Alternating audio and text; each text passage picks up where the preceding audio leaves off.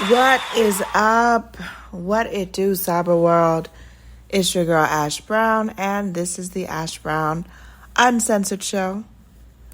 On this program, I talk a little bit about everything. It may be pop culture related. It may be Ash Brown related. You just got to stay tuned to see what I'm going to talk about. All right, so I was on Twitter today, and I had someone that posed a question that asked me about being a flight attendant and what reserve life is like. So I was like, you know what? That's a pretty good segue for me to talk about a little bit about reserve life on a commercial airline. So when you are a flight attendant for a commercial airline, meaning like domestic, USA, international, whatever the case is, anywhere that you're taking the general public, you're going to be on reserve to a certain extent. Some companies, you're on reserve for 30 days, the full 30 days. You will not know where you're going, when you're going to be there. And you may know your off days, but you're not going to know a schedule. You're not going to know a schedule. So some companies, you're on reserve just all the time until you're not, essentially.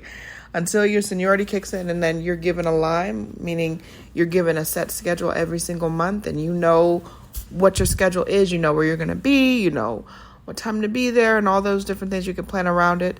Some companies will do a rotation of 1 month you're on reserve, another month you're on a line, the next month you're on reserve, the next month you're on a line.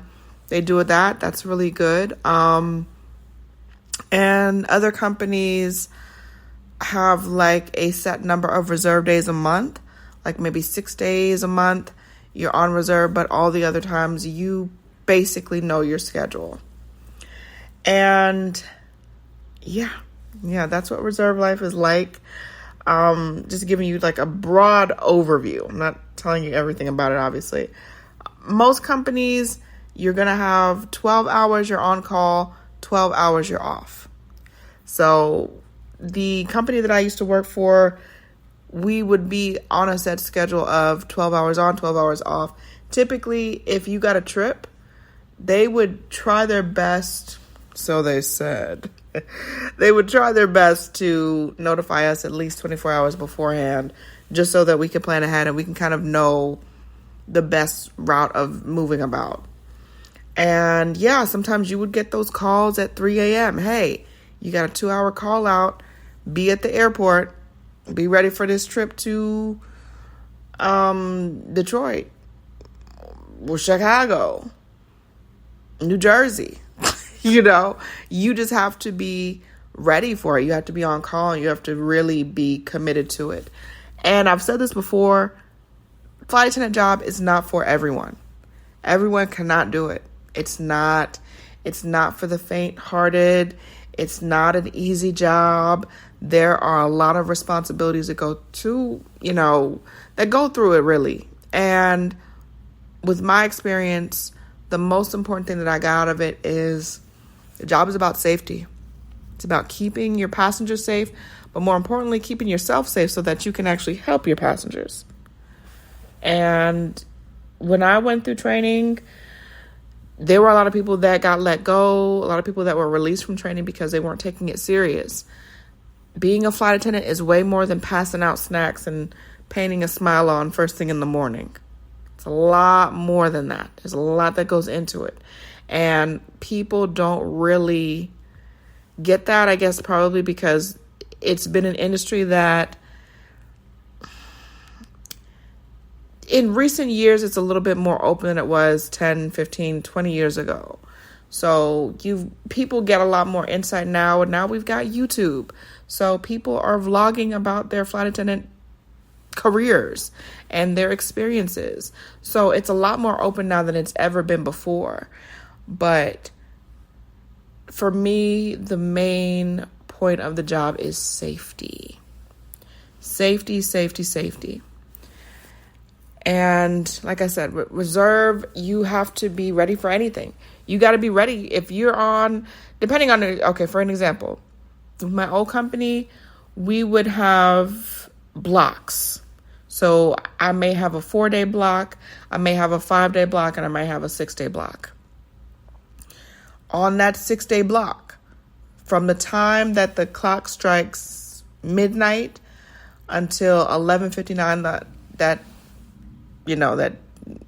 on the fifth day, I was on call. So I was on call for 12 hours. So anywhere within those 12 hours, if they decide, hey, we need you, you got to be up and ready for the airport. Now, commuting is a whole nother beast. And this would sometimes get a lot of people in trouble and unfortunately cost some people their jobs. Because technically, wherever you're based out of, say you're based out of Chicago, all of your trips will originate out of Chicago. The only time that your trip won't originate out of Chicago is if they need to deadhead you to another city to fill in for somebody else or whatever the case is. So if you are based in Chicago, when they call you for that 2-hour call out, you better not be in Orlando chilling with your boyfriend or hanging out with the crew, because you've got 2 hours to get to Chicago's airport to start that trip. So a lot of people would get into issues, and I know a couple of people that were released from the position because they weren't following protocol. Reserve life is serious. Reserve life is stressful because you don't really know when you're going to be called or if you're going to be called. And for me,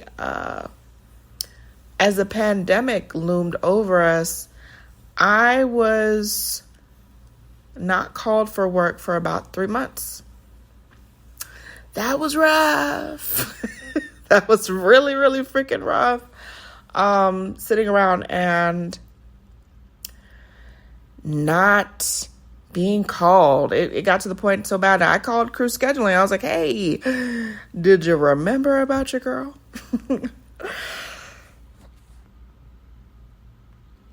Because I am still here. I hadn't changed my number. I wanted to make sure that y'all still had my number. And so that was that. But yeah, reserve life, it's not for the faint-hearted. A lot of people quit typically within a month or two of reserve because it is very strenuous. If you're trying to be at all the housewarmings and the birthday parties and the weddings and all that stuff, a reserve flight attendant, you're not going to be able to commit to that stuff because your work comes first. You got to go wherever your company needs you. And unfortunately for some people, that's just not a doable thing. So going back to my original point, the flight attendant job is not for everybody. It's just not. So that's my little tidbit for the day. I may share some more stories and instances and examples of my flight attendant experience in commercial air, because it was quite the experience. Yeah, that's it. But I love you guys. Thank you so much for all the love and support, all of the continued love and support. I appreciate it beyond words. And if you're not already following me across social media at OneLoveAsh, the number 1, LOVEASH. And I'm going to holler at y'all later. Have a great, prosperous, wonderful, fantabulous week. And I'll see y'all next week.